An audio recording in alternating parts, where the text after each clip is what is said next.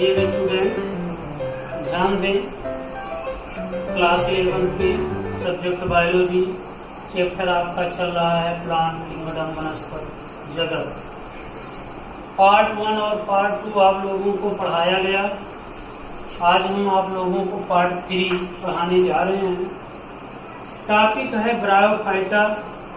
तो सबसे पहले हम ब्रायोफाइटा के बारे में जान लेते हैं कि ब्रायोफाइटा क्या है। जैसे अभी आपने पढ़ा एल्गी शैवाल के बारे में, वैसे ब्रायोफाइटा की एक जातियां होती हैं जो पहाड़ी क्षेत्रों पर पाए जाती हैं। ब्रायोफाइटा नम स्थानों पर पाए जाते हैं। ब्रायोफाइटा सूखे लकड़ी लट्ठों पर पाए जाते हैं। पहाड़ी क्षेत्र पर पथरीले स्थान पर भी ब्रायोफाइटा पाए जाते हैं, जो सूक्ष्म होते हैं लेकिन एल्गी से कुछ बड़े होते हैं। ब्रायोफाइटा की जो जातियां होती हैं ये थोड़ा जंगल में खड़े होते हैं, लेकिन ब्रायोफाइटा में भी एल्गी की तरह रूट, स्टेम, लीव्स विभेदित नहीं होते हैं। ब्रायोफाइटा में भी ये विभेदित नहीं होते हैं।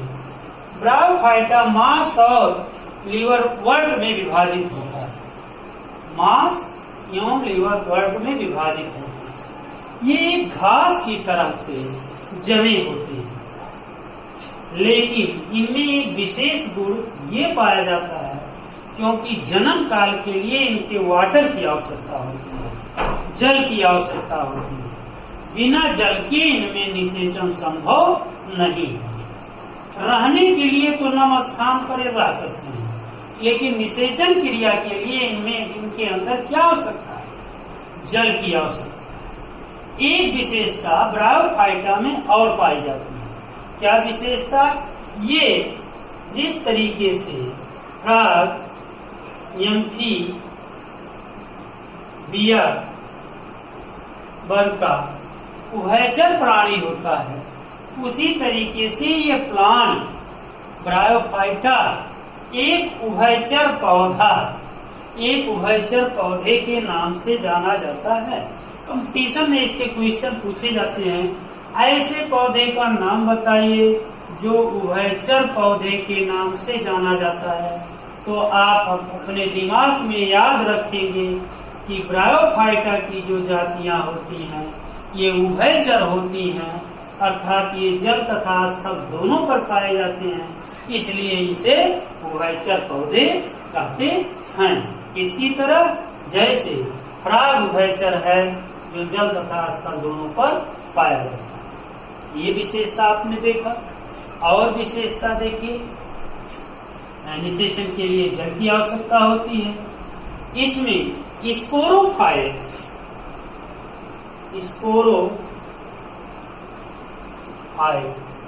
तथा गैमेटोफाइट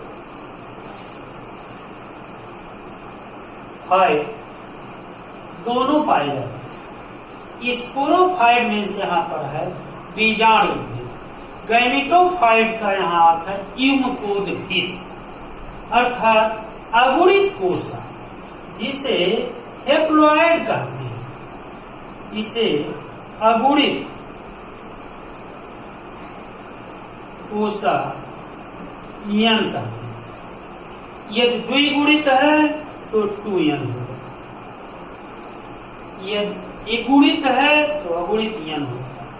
इस प्रकार से इनमें अगुणित कोशाएं पाई जाती हैं, अर्थात एक कोशिका से कई कोशा का इसमें भी निर्माण होता है। और देखिए यह क्या विशेषता है, इसमें आपके जनन, लैंगिक जनन पाए जाते हैं, वेजिटेटिव एसेक्सुअल रिप्रोडक्शन पाए जाते हैं, और आर्चिगोनियोफोर और यंथीडियोफोर। यंथीडियोफोर का अर्थ है कुंधानी,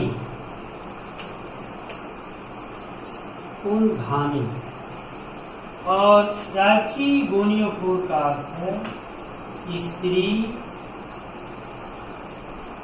धानी। अब हम देखते हैं पुंधानी क्या है, स्त्री धानी क्या है। आपका ये स्ट्रक्चर ब्रायोफाइटा ये लीवर वर्ड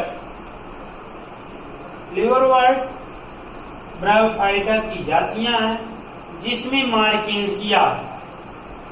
मार्केंसिया में फिगर नंबर ये जो आप लोग को दिखाया जा रहा है, ये फिगर आप देख रहे हैं, इसका फीमेल थैलस है, ये फीमेल जननांग है, फीमेल का थैलस है, स्त्री थैलस जिसमें, और ये figure number B male thallus है। तो दोनों में क्या भिन्नता है ये हमको देखना है, आपको देखना है। सदन मेल थैलस में ऊपर की तरफ एंथ्रीडियोस्पोर्स होते हैं। एंथ्रीडियोस्पोर्स मीन्स पुंधानी, जिसे एंथ्रीडियम भी कहते हैं। क्या कहते हैं इसे? एंथ्रीडियम। सरल भाषा में आपको बता रहे हैं, पुंधानी को एंथ्रीडियम कहते हैं, और सरल भाषा में स्त्री धानी को क्या कहते हैं? आर्चिगोनियम कहते हैं। सरल भाषा में क्या कहते हैं? आर्चिगोनियम। आप समझे कि नहीं समझे? पुंधानी में एंथ्रीडियम नर जननांग, और आर्चिगोनियम में स्त्री धानी फीमेल जननांग। अब समझ में आ गया होगा कि पुंधानी क्या है।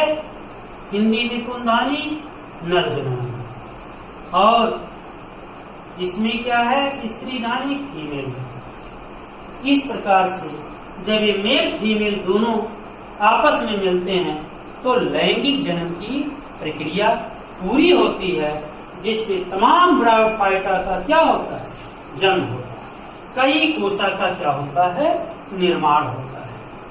इस प्रकार से अब आइए हम इसके कुछ आर्थिक महत्व के बारे में देखते हैं।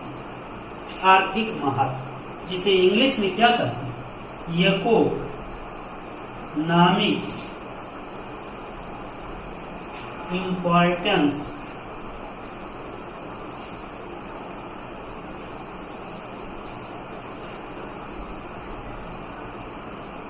ऑफ